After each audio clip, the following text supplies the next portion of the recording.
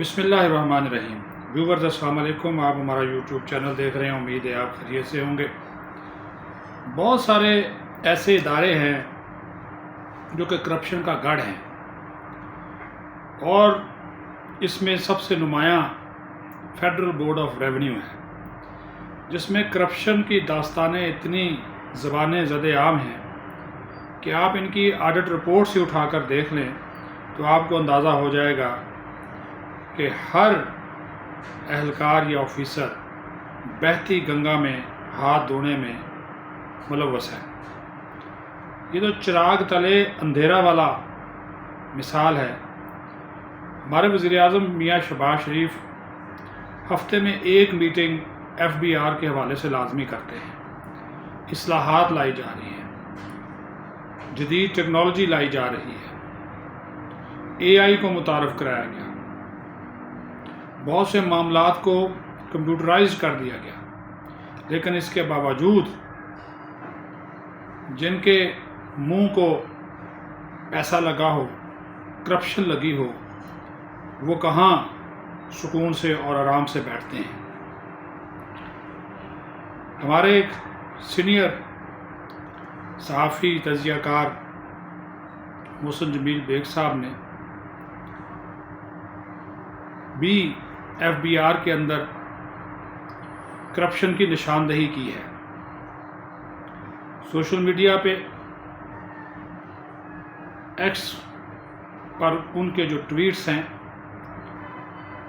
اور ثبوتوں کے ساتھ، دستاویزات کے ساتھ انہوں نے یہ ثابت کیا کہ FBR میں کیا چل رہا ہے، کتنا گڑبڑ گٹولا ہے، وزیر اعظم کو ناکام کرنے کی سازش کی جا رہی ہے، چیئرمین FBR راشد لنگڑیال کو بھی ناکام کرنے کی کوشش کی جا رہی ہے۔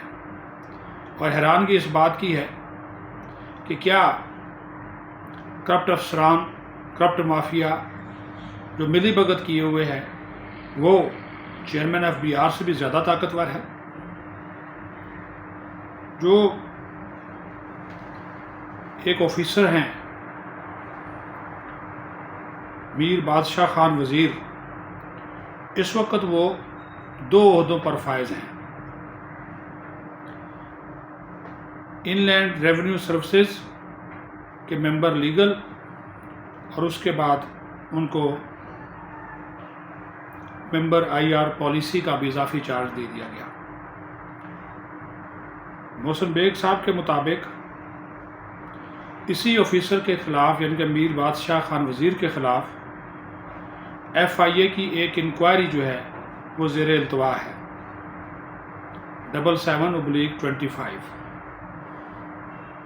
پھر ایک طلبی کا ان کو نوٹس بھی جاری ہوتا ہے FIA کی جانب سے، جس میں ان پر واضح طور پر یہ الزام لگایا جاتا ہے، اس وقت یہ ممبر پالیسی تھے، ممبر آپریشن تھے، اس وقت یہ ممبر آپریشن تھے میر بادشاہ خان وزیر، جب ان کو نوٹس FIA کا جاری ہوا۔ یہ نوٹس، جس کا ثبوت بھی اپنے سوشل میڈیا اکاؤنٹ پہ لگایا ہوا ہے، 23/7/2024 کو جاری ہوتا ہے، اور 26 جولائی کو ان کو FIA میں پیش ہونے کا حکم دیا جاتا ہے۔ اس نوٹس میں ان پر یہ الزام ہے کہ یہ کرپشن، کک بیکس، رشوت، بدعنوانی اور بڑی کمپنیوں کو جعلی ریفنڈ کی منظوری دینے اور ریفنڈ ادا کرنے میں ملوث ہیں، اور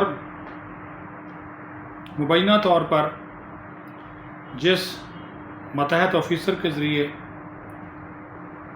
ان کمپنیوں کو جب ریفنڈ کیا گیا تو ظاہر ہے وہ ریفنڈ کے بدلے کچھ نہ کچھ وہ کک بیکس ہوتا ہے مبینہ طور پر، تو جو کک بیکس جمع کرنے والا آفیسر تھا اس کو انہوں نے ان کا حصہ نہیں دیا۔ جب ان کا حصہ نہیں دیا تو لاہور میں فائرنگ کا ایک واقعہ پیش آیا، جس کی FIR بھی درج ہے۔ تو یہ موصوف اتنے طاقتور تھے میر بادشاہ خان وزیر کہ انہوں نے اسی آفیسر کو سارے مدعے کا مورد الزام ٹھہرا دیا اور خود جو ہے وہ کلیئر ہو کر نکل گئے۔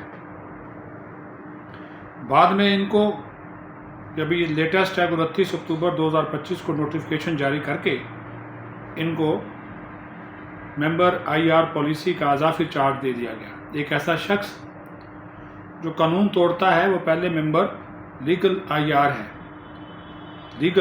لیگل آئی آر، قانون توڑنے والا شخص قانونی معاملات کا ممبر بنا دیا گیا اور راشد لنگڑیال صاحب بھی کچھ نہ کر سکے۔